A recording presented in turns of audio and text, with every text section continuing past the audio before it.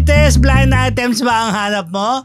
Pwes, talasan ng isipan at pagganahan ng pagiging Marites. Dahil nandito na ang segment na inyong kinauhumalingan at pilit niyong hinuhula ng Daho! Daho! Kaya na tayo. Hashtag Please. Naasar. Akin yan. Wholesome naman tayo. Wow! Di bagay? Wholesome tas naasar. Hindi nga kasi nga nagkasama sa isang out of town show yung isang male comedian tsaka isang male young actor na maangas ang dating na laging nasasangkot sa issue. Nagkasama. So nung nakita, ano na sila habang waiting matapos yun ang gaganap sa stage, sa backstage, nakaupo lang si male comedian. Tapos, dumating to hindi man young actor, mid-age actor. Mid-age talaga. Oo, si maangas na actor, diba? Wala pa nga. Tapos nag-dialogue kagad yung aktor. Dapat mauna ka. Ay, dapat huli kayo kasi malaki bayad mo. Oy. Kumbaga kasi talaga nang pera-pera ba usapan dito para sabihan ako ng ganyan, di ba? Siyempre, biling-biling kung sino ang mas mahal yun ang huli. Oo, yun naman talaga, di ba? Pero, kasi dapat masikat. Masikat. Masikat yung comedian kesa sa kanya. Yung sa maangas na ako. Oo, hindi siya masyadong sikat. Nakagawa na rin, nabibida-bida na rin. O saan ang ganap doon? Yun na nga, kung sabi nga ng comedian, ako kung may baril lang ako, babarilin ko. Grabe naman, hindi nagbibiro yan. Napakabayo Huwag naman ginagawang biro ngayon ng baril na. Nakaka-nervous ngayon ng mga biro-biro sa baril. Diba kung? Ano to? Kung nga. Kasi kung maangas na maangas pero ka. Pero kahit na, dapat hindi rin sinasabi. Wag. Hindi nga. Bago pa yung mga barilan, ingat-ingat po kayo mga Marites. Marami nagbabarilan na. Nakakaloka. Nga. Hindi biro yan Hindi biro. So anyway. Ano lang yun, wala naman. Kung bagay sa metaphor lang siguro yun. naiinis. Naiinis nga na pa. Bakit ba? Pero pinag-uusapan, alam mo ba yung talent ko para sabihan mo ako ng ganyan? Mas mataas, gano'n. Obviously, mas mataas nga kasi nga mas nauna na yung comedian sa kanya. Hindi kagaya. Saan ang naganap nga? Nagpauna siya, nagpahuli siya? Nagpahuli pa rin yung comedian. Siyempre, mas mahal yung budget. Comedian. Siyempre, yung nangyuli ng producer. Diba? Talaga sila hiling ng may birthday. Correct. Yung birthday pala ito. Support lang to yung iba. Ayun. Okay, mga Marites. Ano ang clue? Clue nga, sikat yung comedian. Basta sikat siya. Daming sikat na comedian, no? Mamili kayo, di ba? Ay, grabe. Hindi naman baklang comedian yan. Sino ba yan? Sandali, hindi baklang comedian. Hindi bakla yan, no. Bakit bakla naman mga komedyante? Malay ko nga. Una naman, ayan ka na naman. Anyway, supportahan nyo yung sino ba yan? Poy. Supportahan nyo po yung Rapol ng One Freedom Society. Sino ba may birthday ngayon? Nakalimutan ko na. Hi, Joey Abacan na lang. Hi, Ayan. Joey Abacan! Yeah. Alam mo na, kapatid. Nanonood yan sa atin. Batiin natin siya dahil hinuhulaan din daw niya yung mga hula. Ang hirap daw hulaan ng mga blind item Rose. Yeah. Sabi, kausap ko nga yan kahapon Next hashtag. Hello, Sir Joey Abacan! Ito para sa'yo, Joey. Hulaan mo to. Umaasa. Sino itong dating kilalang sikat na actress dati. O di laos na ngayon. Hindi naman laos ngayon. Nandiyan pa rin naman nabigyan ng break. Taga-Cambodian ba yan? Laos, Cambodia, hindi naman. Pilipinas! di ba? So anyway. Iba yung Laos. Kaya sa isang pagtitipon, binigyan siya ng binigyan siya ng magandang exposure. Kumbaga sa kanya talaga yung moment. Ganyan. So lahat ng nagtatanong sa kanya, lahat ng nag-i-emote sa kanya, para sa kanya nakasentro. Di ba? So merong isang meron tayong isang kasamahan sa media na talaga namang kilalang kilala din niya itong dating sikat na actress na ito na pag nagtanong ibang klase rin, di ba? Talagang mahahalukay mula ulo hanggang paa, ganon. Kilala mo yun, di ba? Oo, kilala ko yun, di ba? So hawak-hawak na ngayon yung mikropono ng tinawag na yung pangalan ng colleague natin na magtatanong. So itong dating sikat na celebrity, nakabongga pa siya. Tapos nakatingin, nakaganyan, hawak-hawak yung microphone. Ganyan. Tapos, sino yan? Nakaganon siya, Nakaganon siya na umaasa siya na siyang unang tatanungin itong kilalang colleague natin. Dahil close sila Oo naman, siyempre. Nagtatawagan sa telepono. Favorite niyan eh. Pag may mga issue, agad-agad nakukuhanan ng panig, etc.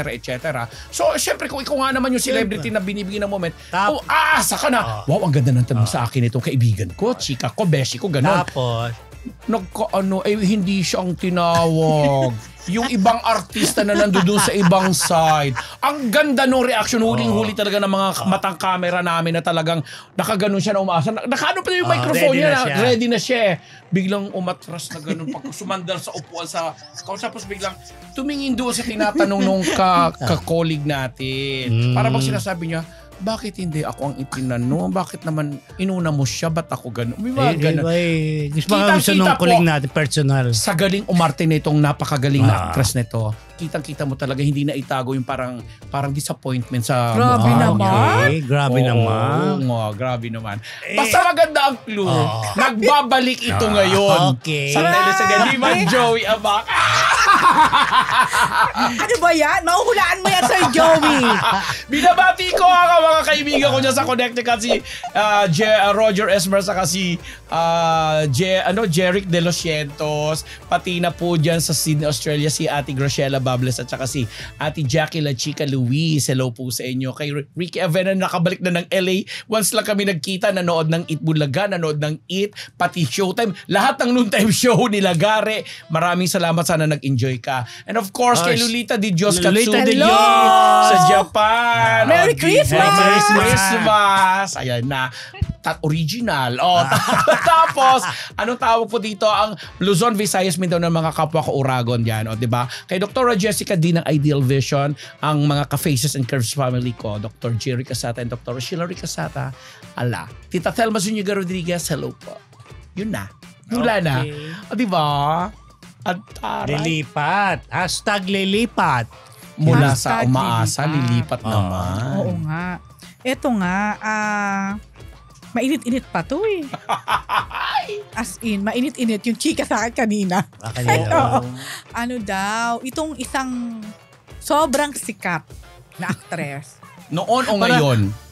Ngayon. Ay, sikat pa rin ngayon. Noon hanggang Hindi ko yata ngayon. hindi mo nakwento sa biyahe natin. Di ko kasi iba blind item ko. Baka mamaya sabihin nyo na naman ang pangalan. Isang sikat na actress ay nagpaplano daw or parang nalaman nila na may plano ng lumipat ng management.